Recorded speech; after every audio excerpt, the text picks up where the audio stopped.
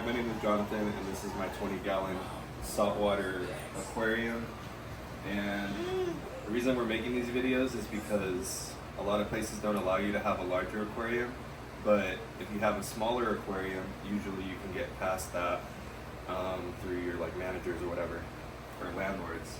But anyways, a lot of people think that you need a super large aquarium or a super large aquarium to have salt water, but really you can do it with a smaller one. And for this one, I just got the Aquarium. It's 24 inches by, I think, 12 across. And I have 2 clownfish in here, and I have 2 corals. And I have a whole bunch of frag rocks. And the setup is pretty nice. It's not too complicated. I use pretty much everything that I would use on a freshwater tank, and it seems to work out pretty well. As you can see here, I got a Fluval filter.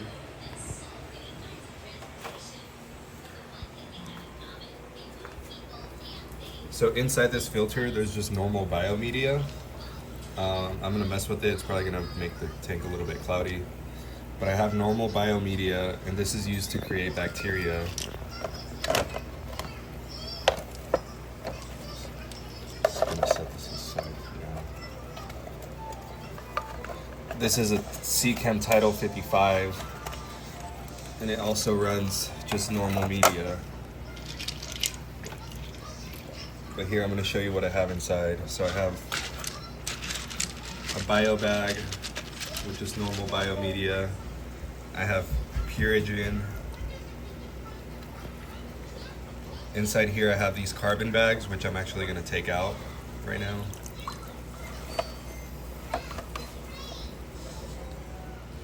And then I have a normal sponge on the bottom side. And at first I thought I needed a sump or something super complicated to run this, but you can run it with just a normal sponge. So here I'm going to replace the carbon with the Purigen. I'm just going to put that inside there like that. And then I'm going to put the biomedia on top. The carbon only lasts about a month, and I've had the tank for about a couple weeks, so there's no point in having it in there anymore.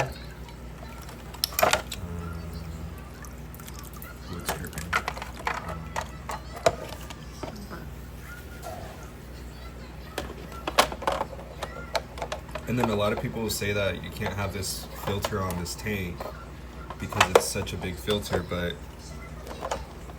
you can have it just as long as you don't keep the flow all the way up.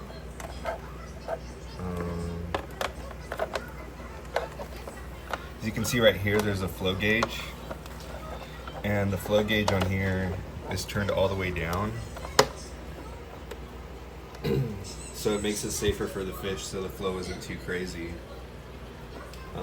But if you can see here, you could also turn it up. So right now I have it turned all the way down since it's a smaller tank. And then on the inside, you can see the sponge that's inside the intake for that filter. And that's a normal marine land sponge, and that blocks out basically food from getting into the filter. It blocks out poop and everything, and sand, and it basically allows your filter to survive to last longer, and it keeps your water cleaner. And this is the same method I use for freshwater aquariums. Right here on the Tidal Seachem, it's a 55, and I also have the flow turned all the way down. But in the back I keep 2 sponges. Here, I'll show you. I keep biomedia.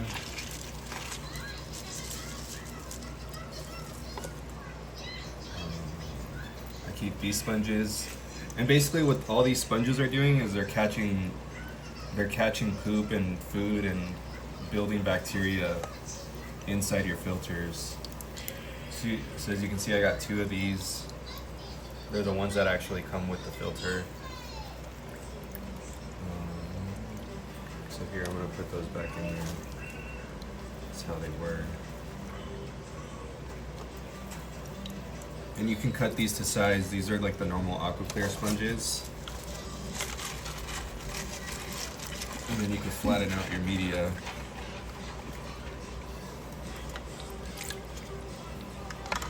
So on this filter I have like 3 stages of filtration, and then on this one I also have an intake sponge filter on the inside next to the fish. So as you can see, that's also a marine land sponge, and that also blocks out anything. That's like our first stage, and it blocks out everything from getting inside the filter in the first place. And you can just wring that out during your normal water change.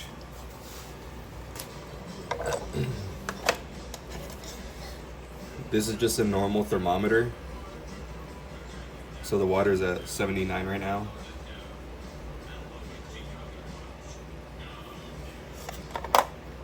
These lights were from Amazon. They're called Night Crew, and it's just blue and white light, which is perfect for the corals. And then we have an Aquaticlife protein skimmer. And what this does is it just takes out any impurities that are in the water before they get into your filter. And then in this cup, you can like, basically this is where all the collection cup is. It collects all the poop and whatever this thing is catching, and then you just throw it out. And as you can see inside, it's creating a lot of bubbles. And these bubbles create a gas exchange, which allow you to catch everything up here. And this is for a 40 gallon. So as you can see, the fish look pretty happy. We've had this tank for about 2 weeks already. So we have 2 clownfish, we have 2 corals, and we have 3 snails. One of the anemones we had actually disappeared. We think something either ate it or it got sucked up into the protein skimmer, but we're not sure. We also have a hydrometer right here.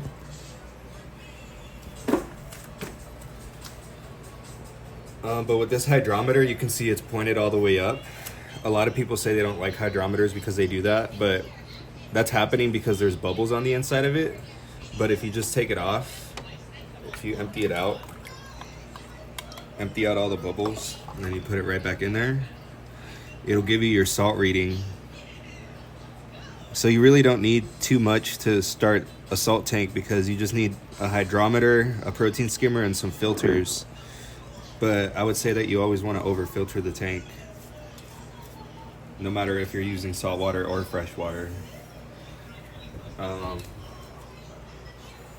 Yeah, but as you can see, the water looks pretty stable, and we've had this tank for like 3 weeks already, and everything seems to be running pretty well.